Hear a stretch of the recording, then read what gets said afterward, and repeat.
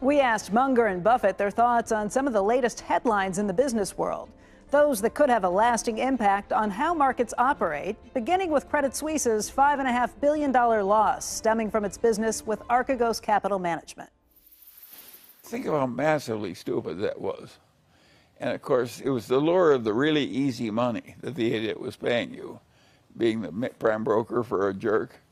But he was a convicted insider trader that came out of the craziest part of the hedge fund industry. And they were getting unusual profits by extending unusual credit. I mean, it was just, the world was shouting at them, crook, fool, and they didn't listen. They thought this is where the easy money is, crooks and fools. There's one rule we don't like either. We learned a long time ago is that you can't make a good deal with a bad person. Just forget it. Now, if you think you can draw up a contract that is going to work against a bad person, they're going to win. For one thing, they probably enjoy litigation, but Berkshire Hathaway as an entity, or me personally, I think, we don't want to spend our life, doing that sort of thing. And besides, the bad guys win. They know more games. They may lose eventually, but it's no way to spend your life. Charlie, it wasn't just Credit Suisse that got pulled in by that. There were a lot of firms that were doing business with Archegos, and yes, they were all foolish, but Credit Suisse has managed to be the biggest fool of all. Well, Becky, if you a lot of competition for that order. In 1934, after the Great Crash, well, 1932 and 3, they held these hearings, and they decided that unusual amounts of leverage were one cause of the problem in the 1929, and that it could pose dangers even to the economy. So they gave the Federal Reserve Board the right to establish how much people could borrow against stocks, margin requirements. Which was a very good idea. It was a terrific idea. And they totally sound. The Federal Reserve, between 1934 and 1973, used that power, I think, 23 or 24 times. They even raised margins to 100%. But they were the regulators of determining whether excess leverage might have systemic problems associated with it. And then, the rule in 1973 or 4 was 50%. The rule today is 50%. It has, in the last 40 plus years, first 40 some years, it had 23 changes. They went to 100%. They went down to 20. All kinds. Then it was a signal to the economy and all kinds of things. And essentially, Wall Street figured out how to get around that. They lobbied through changes in the law. Yeah. So they could have unlimited leverage and keep the transactions off the books and subject to murky accounting. The banks would say, we made it through this, we absorbed all the problems ourselves, and many of us, it won't even take a substantial hit on the balance sheet for it. Well, there's an old story about all these banks that think they've done so well. These two guys are fighting with razors, and one takes a big swipe, and the other guy says, "You missed me," and the guy says, "Wait until you shake your head." So what would you tell regulators today? What would you do? Well, the regulators aren't, but they need to change laws now. But of course, if you're running a gambling parlor, you want the big players to gamble more furiously. And that's what the securities business allowed people to do. It was a big mistake. It created a lot of misery. We don't want to suck people into gambling for way more than they can afford. And you get into clearance. There were clearance risks in the thing. The whole market was in chaos. The people who are making money out of this unreasonable extension of credit argue for it, and nobody's speaking against it. Now, last time around, we got the correct regulation that came and stayed for a long time on margin debt, only because we had the worst depression in the history of the English-speaking world. That's what it took to get a little sense into the politicians. This time around, it's just the total return swap. So what fixes it, though? I mean, there have been suggestions that there needs to be more transparency. There needs to be really a crackdown on allowing people to lever up like this. What's the answer? The answer was never to have allowed most of this stuff to start. But You allow the wrong kind of stuff to start, and it runs on you.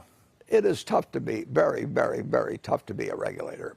To really go after the big stuff, you're attacking the profit center of institution after institution after institution. The prime brokerage thing, by its nature, means you're specializing in lending to the big swingers. And of course it's dangerous. And the rules they violated, the same guy was doing 4 or 5 brokers at once, and of course he was buying stocks to keep them up to prevent margin calls. And once you start doing that, you're headed for an ugly ending, and of course it happened. But do you think that it would take a systemic breakdown before changes would actually get implemented again, like you referenced with the Great Depression? The last time it took the worst depression in the English-speaking world in all history. That's what it took to get the last correction. I certainly don't want that. No, A wise regulator stops this stuff before it starts. It's very hard to stop. What interests me in this is that the communist Chinese behave the way I am talking in favor of. And our own wonderful free enterprise economy is letting all these crazy people go to this gross excess. Becky, The people who are not avoiding it are the communist Chinese. Oh. They step in preemptively to stop speculation. Charlie, you said communist China is doing all the things that we should be doing right now, and I can't help but think of what they've done to Jack Ma. It amuses me, you know. Well, what about what they've done to Jack Ma? He's kind of disappeared as... Well, yes, but Jack Ma's one of the swingers. So they just they said, the hell with you. He basically gave a speech when he said to a one-party state, well, you guys are a bunch of jerks, don't know what you're doing, and I know what I'm doing, and I'm going to do it better. And he was going to wade into banking and no rules and just do whatever he pleased. He also brought banking to a lot of the unbanked Chinese people. communists did the right thing. They just called in Jack Ma and say, you aren't going to do it, Sonny.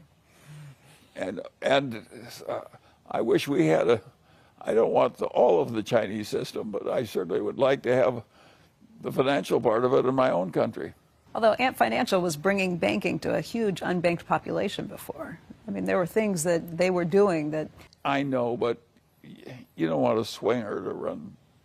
The banks have the implicit guarantee of the government, and you don't want to let any swinger run a bank. Let the swingers do something else. Who are the swingers here in this country? Well, I don't want to start naming swingers. They'll appear. You know, the way the story has kind of been painted is that it's the Chinese communists who don't want to lose power and some of the capitalists who have maybe gained too much power under at least what the communists might like to see. Both groups want more power, not less. But politicians in this country want more power, and the rich want more power. Yes. No, what's so different in China? Yeah. But the banking system, take shadow banking, which we have in this country. People say, well, it's the unbanked. Well, the whole leverage buyout lending operation practically left the banks and went to shadow banks in our own country. And it hasn't caused any big trouble yet, but I'll be amazed if it doesn't.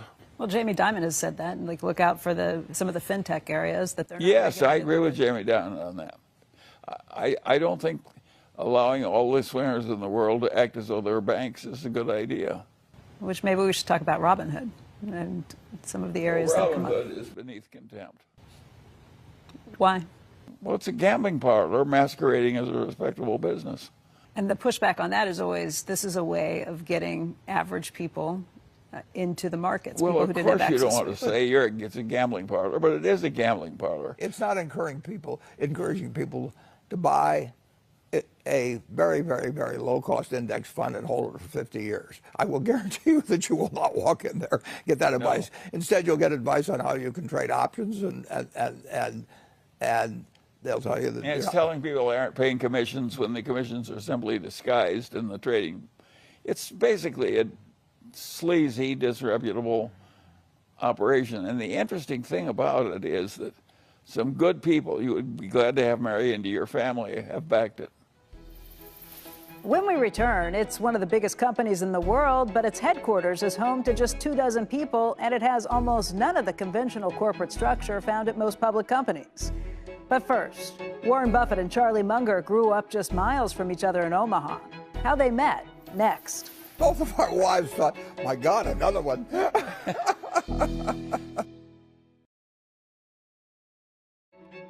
Before Ben and Jerry, Oprah and Gail, or Sergey Brin and Larry Page, there was Warren Buffett and Charlie Munger. Born and raised in Omaha, Nebraska, both worked at Buffett's grandfather's grocery store, but their paths didn't cross until Buffett was 29 years old and Munger was 35. To understand the most successful couple in business, it's best to start at the beginning and how they first met. Well, want to tell the story? Go ahead. There was a doctor couple, very prominent in Omaha, and his name was Eddie Davis, her name was Dorothy Davis, and it was Mrs. Davis that called me naturally. She did everything. And she said, we've heard that you manage money, and we'd be kind of interested in listening to your story about how you do it and what we might do with you. So I went over, and I talked to him, and I was all full of myself, and I couldn't talk fast enough about stocks in those days. And Dorothy Davis, very smart, and she listened to every word. And the doctor was kind of over in the corner spinning a yo-yo or something, but not paying much attention. And the wife looked over at the doctor, and he said, I'm going to give him $100,000. And I was managing about $500,000 at the time, so it was a big deal. And in a very nice way, I said, Dr. Davis, I said, you know, you really haven't been paying much attention to what I've been saying and everything. I'd kind of like to know why you're giving me this $100,000. It was much more modest than that, the way I edged into it. And Dr. Davis looked at me and he said, well, he says you remind me of Charlie Munger. And I said, well, I don't know who Charlie Munger is, but I like him. And he gave me $100,000. And then they told me about Charlie. And what as a young kid, how he would be over there asking him questions on medicine and giving him lectures on all. I mean, they clearly loved him, and it sort of became their mission that sometime they wanted to get me and Charlie together. So Charlie, in 1959, his dad died, and he came back to Omaha. His mother lived there, and the Davises really got us together. And so they arranged a dinner. About 5 minutes into it, Charlie was sort of rolling on the floor laughing at his own jokes, which is exactly the same thing I did. So I thought, I'm not going to find anything out like this. And we just hit it off. Charlie, what did they first tell you about Warren? How did they describe him to you? Well, the Davises were like a second set of parents to me. There were 2 sets of 3 children. My father's best friend was Eddie Davis. My mother's best friend was Mrs. Davis. I lived in that house back and forth as though it were an alternate house of the Mungers. And Mrs. Davis gave me the honor of switching my legs when I misbehaved, just as if I were one of her own. You probably gave her plenty of cause, too. Anything the Davises asked me to do, I was going to do. What did you think of Warren when you first met him? We got along fine. Oh, well. Both of our wives thought, my God, another one. What I like about Warren is the irreverence. We don't have automatic reverence for the pompous heads of all civilization. Is that something that came with age, or you guys were born with that? We were kind of always the way. We were a little more extreme. I've learned to behave a little bit better. Charlie really hasn't learned to behave much better. But, you know, I just knew instantly Charlie was the kind of guy that I was going to like and I was going to learn from. But you know, it wasn't anything calculated decision or anything like that. That it was natural, and we have had nothing but fun. Fun both as friends and business partners. A few years after meeting Munger, Buffett, who had grown his investment partnership into more than $250,000, found Berkshire Hathaway.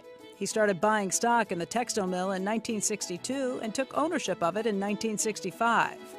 Around the same time, Munger had given up his career as a lawyer and had been running his own investment firm. That is, until Buffett convinced him to shutter it and join him at Berkshire. So how did the business relationship start? Well, Warren had scorn for my way of making a living, and he was correct in that. It took me a long time to wise up that he had had a better way of making a living than I did. But he finally convinced me that I was wasting my time. As a lawyer? Yeah. I told him it was okay as a hobby, but not the real way to spend his time. He more or less decided to duplicate in Los Angeles what I was doing in Omaha, which was great. We just connected, and we talked a long time on the phone when it was expensive to talk on the phone. I didn't sit there with an hourglass, but with Charlie, I mean, my family could tell when Charlie was calling. We'd go on for a long, long time. And we had fun in the early days because it was like hunting expeditions. And we had a lot of fun. One of the world's biggest companies started as a textile mill, building an empire from gowns and gloves to stamps. We bought Berkshire stock and we bought blue chip stock, and eventually put it all together. It looked like a plate of spaghetti at one time, which was not good. Over the 66 years Warren Buffett has run Berkshire Hathaway, he's made hundreds of deals. But believe it or not, he says acquiring Berkshire Hathaway itself was his worst trade ever. The truth is, I had now committed a major amount of money to a terrible business. And Berkshire Hathaway became the base for everything pretty much that I've done since. So in 1967, when a good insurance company came along, I bought it for Berkshire Hathaway. I really should have bought it for a new entity, because Berkshire Hathaway was carrying this anchor of all these textile assets. So initially it was all textile assets that weren't any good, and then gradually we built more things onto it. But always we were carrying this anchor, and for 20 years I fought the textile business before I gave up. And if instead of putting that money into the textile business originally, we just started out with the insurance company, Berkshire would be worth twice as much as it is now. From that first deal, Buffett, soon joined by Charlie Munger, continued to buy stock in undervalued companies. The two say they often learned more from their mistakes, as was the case from one of Buffett and Munger's first deals together, blue chip stamps. Well, we bought into blue chip stamps together with we had a third friend there, Rick Guerin, and pretty soon the three of us together had most of the stock. And one thing led to another. Blue chip stamp is now part of Berkshire. And of course, the trading stamp business has disappeared. All the early businesses that we owned together have disappeared. They didn't disappear, they failed. They failed, yeah. Yeah, right. but we took so much out of them before they failed that it still worked out fine for us. We evolved them. I mean, but literally, the three base businesses all ended up disappearing. They went out of business. They no longer fit into society in a sense. And actually, the very first deal that we joined in on was something called diversified retailing, which was in Baltimore. We bought a department store there. And we had Sandy Gottesman had 10%, Charlie had 10%, and in his partnership, he had 10%. And I had 80% in our partnership, and the three of us. And we always treated it as, you know, we may have had 80, but we were equal partners. We put $6 million into that. We called it diversified retailing, but we only had one department store chain. But we had, and we had a lot of fun with that. But we also saw, after we were in a little while, this department store. As the ink dried, we realized we made a big mistake. Didn't take very long. Yeah. Why? What happened? Well, you heard the old story. They let me out of this trap. I decided I don't like the cheese.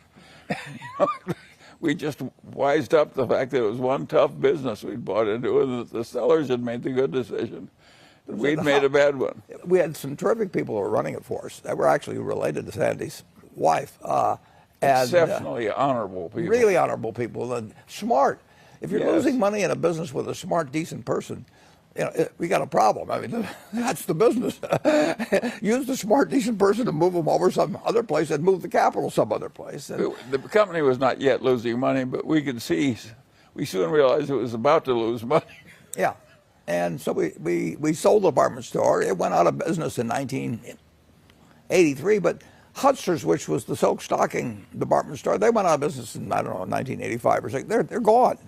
And the people there, quite understandably, wanted to build more branch stores, but you don't want to put more money into a business that's destined for failure. Now, we put $6 million of capital in that, and it was a dumb decision and everything, but that $6 million What would it be worth now, Charlie?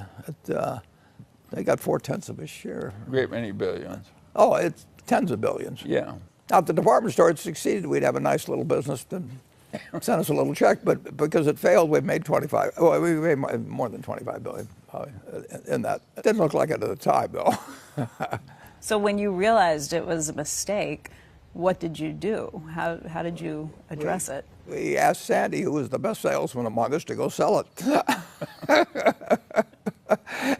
and we sold it, and we put the money into Berkshire. We got about 95% of our money back.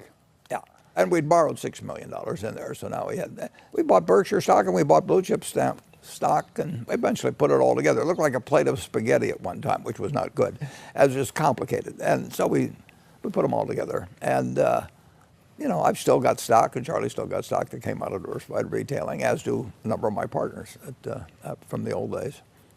Best thing that happened to us was that this place failed. Obviously, was a failure. Why? What did you learn? To leave quickly. Yeah, and use the capital someplace else. One thing we've learned is if it's clear that something is a mistake, is to fix it quickly. It doesn't get better while you wait. When they built Berkshire, they created a new model. We have created the decentralization because it suited our nature. Absolutely. But first, everything Buffett and Munger need to know about life, they learned from two men. You want to have certain people in life that you don't want to disappoint. I learned how hard it is to work for 10 hours for $2. We shoveled wet, deep, heavy snow all around. We had these driveways and everything at the store. I went to my grandfather and he said, well, how much should I pay you boys? Because a dime's too little and a dollar's too much. The main thing we learned from the grocery store was we didn't want to work at a grocery store. Yeah. Warren Buffett and Charlie Munger agree a lot of their outlook on life comes from their Midwestern upbringing. They credit their success to a deep sense of values which have kept them grounded throughout their careers, associating with good people in business and in life, and to taking the high road in business transactions. I mean, if the high road is way more profitable, do you deserve a lot of credit for choosing it? People get the credit of the people who take it even when it's painful. Both say these values were instilled at a young age thanks to a key figure in each of their lives. Long, long ago, people don't even know about this, but we owned two small insurance companies at Berkshire that both went broke, except we didn't let them go broke. I mean, in other words, we could have walked away from them and left money because they were separate companies, and we didn't walk away. We haven't spent our lifetime, you know, working at things to try and figure out ways to walk away from debts or have things in indentures and play games like they have, you know, with credit default swaps, to figure out ways to take advantage of the lenders. It's just not our game. If we owe money, we're going to pay it back. You said that it occurred to you both that it was the more profitable way, but that's certainly not necessarily how the majority of people in business think. It's the way our dads thought in both cases. Who the hell knows where you get your values from exactly, but basically, you have a few people that are teachers to you in life that are not formal teachers, and the most important people are generally your parents. And I never heard my dad say to me in my life, you know, be sure you pay all your debts, but I just watched how he lived. And you want to have certain people in life that you don't want to disappoint. You want to have people that make you a better person than you otherwise would be. And Charlie does that for me now, but my dad did it for me early on. I didn't know his dad, but from everything I've heard about his dad, he had the same experience. Charlie, tell me more about your dad. Well, my father was a lawyer, and he was the son of another lawyer who became the only federal judge in Lincoln, Nebraska, which is Nebraska's capital city. And Grandfather Munger was a marvelous guy and a great family man, too. I was surrounded by high-grade people, and my parents had good friends who were high-grade people. So I had a very privileged life in terms of my associations. In fact, I had terrible trouble by coming out to Los Angeles and succeeding in life. I frequently thought I couldn't ever get a group of friends that were as good as my father had gotten in Little Omaha. And I finally realized that they had a very unusual bunch of friends in Omaha. And it was just a peculiar accident of history. So I was surrounded by a bunch of high-grade people. I deserved no credit at all for. I was just forced to imitate the right people. It's both Charlie and I. We like talking to older people. all our lives. I mean, I liked when I was 7 or 8 years old talking to older people. And now, of course, the problem is there aren't any older people, so so I've run out of that constituency. But if I would go over to the Dundee Presbyterian Church to sing in the kids' choir or something, walking home, I'd drop in at 4 or 5 houses where I'd talk to housewives, so I'd sit and talk to them. I've always enjoyed talking to older people. I think Charlie was the same way. Of course. When I married the woman that helped me build this house, one of her relatives said after meeting me, she said, "That is the oldest young man I've ever known." But I think I always behaved like I was 100 years old, even when I was young. But now we're the youngest old men that you'll run into. Charlie, just the relationship that you have with your dad, too. Oh, a marvelous relationship. And it's a great blessing to have a wonderful mother and a wonderful father, and they have a bunch of wonderful friends. I was very lucky. We've been able to associate with people that we really like. That's one of the luxuries of life. And we're still doing it. And we're still doing it. We made a lot of money, but what we really wanted was independence. And we have had the ability since pretty much a little after we met financially, we could associate with people that we wanted to associate with. And if we associated with jerks, that was our problem, but we didn't have to. We've had that luxury now for 60 years or close to it, and that beats 25-room houses and 6 cars. Or that stuff is what really is great is if you can do what you want to do in life and associate with the people you want to associate with in life, and we both had that spirit all the way through. How quickly can you figure out if somebody is someone you want to associate with? It's amazing how quickly we do it and how few bad mistakes we've made. So what do you look for? What do you know? I don't know exactly. Yeah, how did I know Charlie? I knew when I met Charlie, after a few minutes in the restaurant that this guy was going to be in my life forever. I mean, we were going to have fun together. We were going to make money together. We were going to get ideas from each other. We were going to both behave better than if we didn't know each other. Up next, working from home and lessons from the pandemic. People don't know as much as they think they know, but the biggest thing you learn is that the pandemic was bound to occur, and this isn't the worst. On the first Saturday in May, from the 1970s to 2019, Warren Buffett and Charlie Munger could be found here on stage in Omaha, Nebraska. Good morning and welcome to Berkshire Hathaway. Dubbed Woodstock for capitalists, the Berkshire Hathaway annual meeting grew in size from about 20 people in the National Indemnity lunchroom to more than 40,000 crowding into Omaha's biggest convention center. Until the COVID-19 pandemic forced the meeting, like everything else, to go virtual. In 2020, that meant Buffett ran the meeting without Munger. This is the annual meeting of Berkshire Hathaway. It doesn't look like an annual meeting. It doesn't feel exactly like an annual meeting. But this year, the two were back together on stage at a virtual meeting held in Munger's hometown of Los Angeles. We sat down with them after the meeting in Munger's backyard. They reflected on the pandemic's impact on business and on their own experiences working remotely. The last year, you both had your lives change pretty dramatically from the pandemic. Charlie, I hear you're pretty adept at Zoom. Oh, I fall in love with Zoom. How often do you talk to people on Zoom?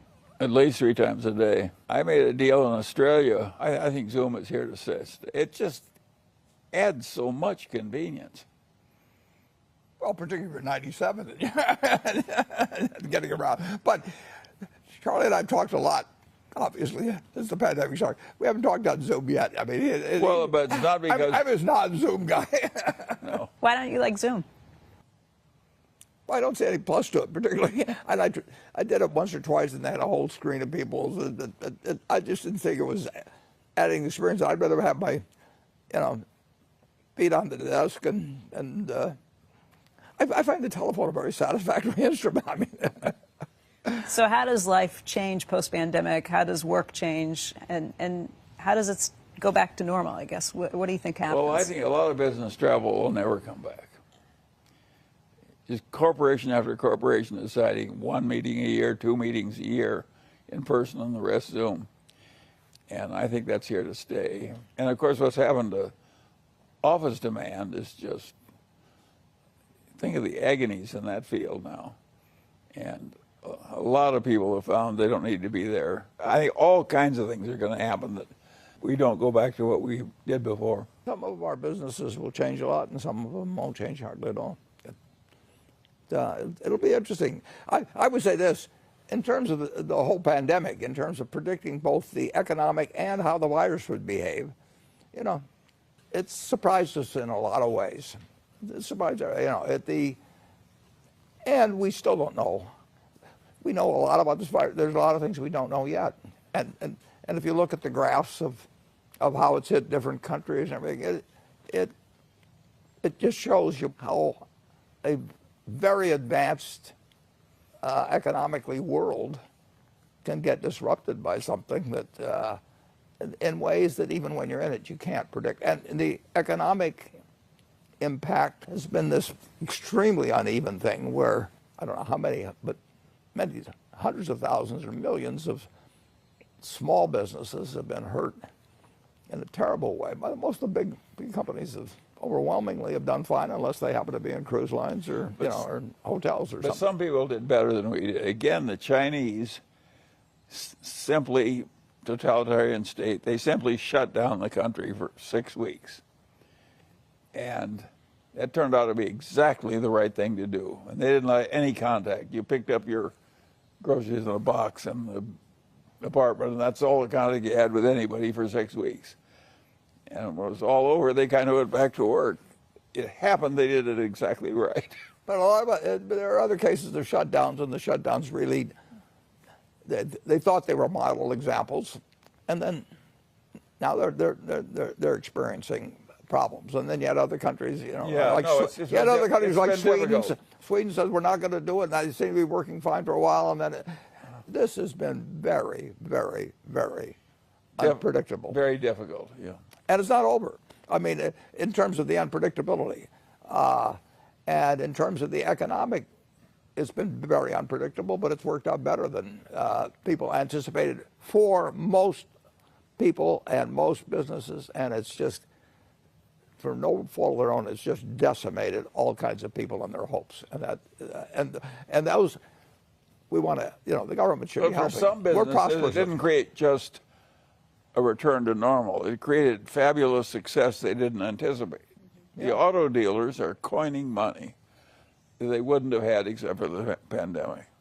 And all of the dealers, we have partners in each dealership, they very sincerely felt that they were going to have one hell of a problem in March and April. Some might have wanted to go in for the assistance from the government. We wouldn't let them because they're a rich parent. But they honestly believed it. We honestly believed it. We didn't know what was going to happen with NetJets in terms of the demand, and it's just been different than a lot of people thought. The banks were scared stiff in the middle of March. I mean, they saw everybody taking down their lines of credit. Why do people take down their lines of credit when they don't need it? Because they're afraid it won't be there next week. And if you get enough people believing something won't be there next week in banking, it won't be there next week, absent the Federal Reserve. One thing that maybe surprised you most? Something you learned the last year? Well, I learned that people don't know as much as they think they know. But the biggest thing you learn is that the pandemic was bound to occur, and this isn't the worst one that's imaginable at all. Society has a terrible time preparing for things that are remote, but are possible, and will occur sooner or later. There'll be another pandemic. We know that. We know there's a nuclear, chemical, biological, and now cyber threat. And we, you know, each one of those has terrible possibilities, and we do some things about it, but it's just not something that society seems particularly capable and fully coming to grips with. The cyber threat, you know, that we've just started, and look at the damage that's already been done. Charlie and I have been ungodly lucky in many ways, but the luckiest thing was actually being around at this time and place. And we also have these problems on how to 200 countries with over 7.5 billion people, and a lot of tensions between them and all sorts of things, and different systems of selected governments and all that. And how do we actually do this so that mankind 50 and 100 and 200 years from now should enjoy the incredibly better life that could be enjoyed while not screwing it up. Warren Buffett and Charlie Munger have spent half a century buying companies and then leaving them alone. The do-nothing secret to their success. We have accidentally created a very interesting experiment in how well a really big place can be run on a very non-bureaucratic basis with extreme decentralization. It's one of the 10 biggest companies in the world by market capitalization.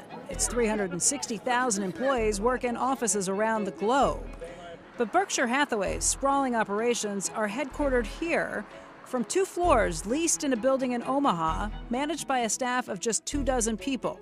It's different because of the 2 men at the top, Warren Buffett and Charlie Munger. We have accidentally created a very interesting experiment in how well a really big place can be run on a very non-bureaucratic basis with extreme decentralization. We're like a test case for how extreme you can make it. And I would say so far that it's worked better. We get more advantages than disadvantages out of our hands-off management. That's true. Do you agree with that? That's true. We get very few people that want to copy us. No, nobody wants to copy us. And if people study us, they'd find it the way we're doing it, it works way better. Yeah, it has certain disadvantages. And yes. When you trust people, occasionally trust is misused. But net, it's worked. It's a useful experiment that we've done, and I confidently predict that someday somebody will find out that some of this dumb bureaucracy could be eliminated, we'll be better off. Just as we found we can eliminate some business travel, we're going to find we can get rid of some dumb bureaucracy in American corporations. It works at large scale, but it doesn't work to produce the kind of returns that, I mean, it isn't like we've got something that produces extraordinary returns, but it can be a very decent business at scale, operating in a way. Don't you think we've done better than we would have been if we'd copied the centralized management system? I wouldn't have wanted to work there. I know. No, of course not. I'd resigned or been fired. Yeah. No, I'd rather be in a jail cell with a few people that were interesting, and plenty of reading material. No, what you're saying is we may have done it. We may have created the decentralization because it suited our nature. Absolutely. But we've accidentally created an experiment. Yeah. We've demonstrated that it can work on a big scale. That will eventually prove useful, I think. You two have been friends for over 60 years. What's one thing that you really admire about the other? Well, I like the humor and all that, but dependable is really important. Warren, what do you admire about Charlie? Really just the kind of person he has been. I mean, he has contributed to given individuals and also to society. I mean, he goes well beyond buying a stock and selling it higher. He's designed dormitories and helped build them. He's worked at hospitals and to understand how they can be made better and serve more people and do it at less cost. You know, it's an uphill fight all the time. But Charlie has worked on big problems, and he doesn't need to. And Charlie has never shaded anything he's told me, you know, since we met, in terms of presenting it to me in a different way than reality. Or he's never done anything I've seen that's self-serving in terms of being a partner or any kind of way. He makes me better than I would otherwise be. I don't want to disappoint him. You had the same thing in reverse. Well, it works. It does work that way. I mean, it's better to associate with people who are better than you are. I mean, it really is. It really helps.